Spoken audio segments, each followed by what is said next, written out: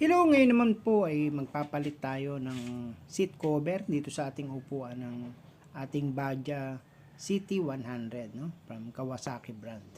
So ngayon ay wasak na po yung kanyang upuan, kaya ito tatanggalin natin yung lumang stapler. Yan, yung mga lumang stapler. Okay. So dito sa part na to ay nakapagpalit na tayo ng leather. Bumili po tayo ng TIG 180 na hindi naman siya, no? Synthetic lang siya, hindi siya leather. Gagamitan lang natin siya ng tacker, no? So, kita nyo to dito ay nakakabit na tayo yung bago. Tinatacker ko lang para fix na fix po. Kailangan higpit po. Unahan, gilid, dulot, dulo. Puro mahigpit, masikip. Tignan nyo po yan, no? So sa part na yan ay na stapler ko na po lahat. Na tacker yung palibot, kailangan na siksik po para walang mga gusot-gusot o bukol-bukol na luluwag pa siya. Ganda po ng pagkalapat. Itong title po niya o tatak ay domino. Yan, sige. Okay na yan, higpitan na lang natin. Yan po siya nung tinanggal ko yung luma niya, yung nasa loob niya. Tinanggal ko dalawa. Yan po yung pinaka internal na styro. Para siyang foam lang siya na fine ang pagka-foam niya. Kinalis ko na yung luma, no. Tinutuklap lang naman yun na screwdriver flat or kutsilyo na matulis.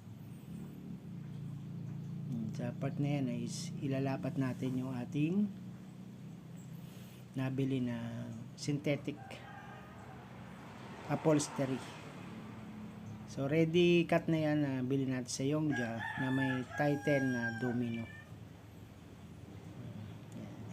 So mag-umpisa tayo sa dulot-dulo. Dulot-dulo muna. Sikipan natin ang gusto. Yan, pinipix ko yan. Kung hanggang saan maganda lalabas yung kanyang fittings. Ipipits muna natin siya lahat. Then, sigurado to sobra, no? Gugupitan natin yan. Okay, so ngayon ay pakita ko sa inyo kung saan niya tinatanggal para pag nagbalik ay madali na rin, no? Yan, yung mga pagtanggalan. Dalawang screw dito sa part ng upuan ng driver seat. Sa likuran naman ay nakasuksok lang yan. Wala nang itutornilyo sa likod. Dalawang tornilyo lang ang luluwagan. Yun, ninangat ko po siya. Yan.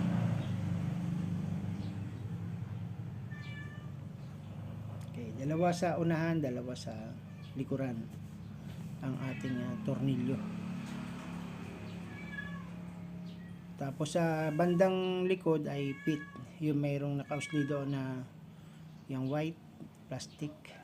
Yan ang pang pit sa hulihan para hindi siya basta maaangat. Yan po. Yung part na yan ay tinatanggal ko na po yung mga old staple wire o tacker wire. Yan, sana po nakatulong po itong aking video sa mga gustong mag DIY o yung self service nyo na lang yung inyong mga motor. Kasi pag nagpapalit pa kayo nito sa shop ay sisingilin kayo ng nasa 150 to 200 ang pagpapalit.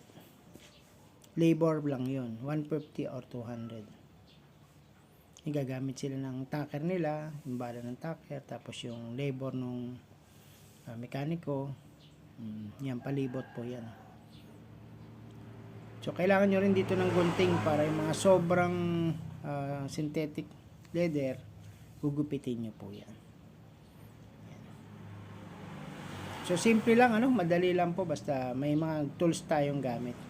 Yan, maraming salamat sa inyo at sana po ay patuloy nyo pong takilikin yung ating video. Kung nagustuhan nyo po yung video, paki-share and like and leave comment. Bye-bye!